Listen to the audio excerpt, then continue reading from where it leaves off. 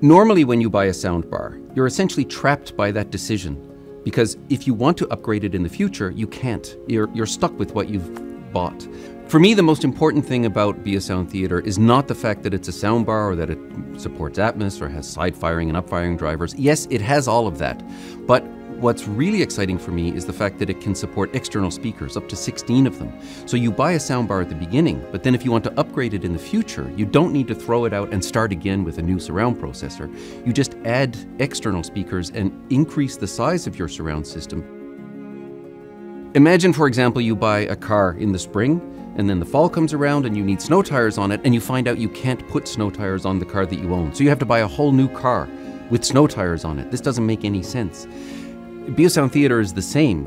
If you buy the soundbar now and you find out next year what I'd really like are some ceiling speakers or some surround speakers, you just add them. You don't need to throw it out and start again. The difference with Beosound Theatre is that you're not trapped by it. You can add external speakers. You can upgrade it as you need to in the future.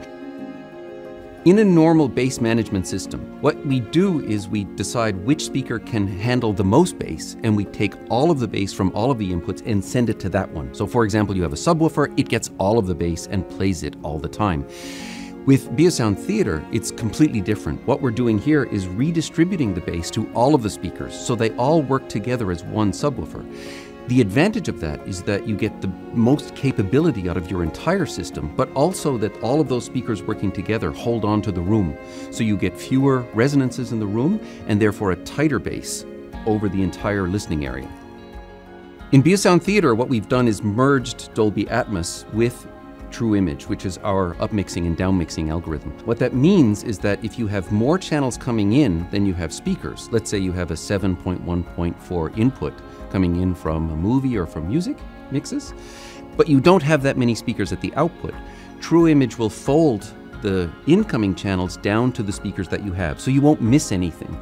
On the other side, if you have more speakers than you have incoming channels, let's say you're watching the nightly news, there's only one channel coming in from the announcer's microphone, but you've got more speakers than that, then we upmix to the speakers you have so that you can hear the voice with intelligibility over your entire listening space.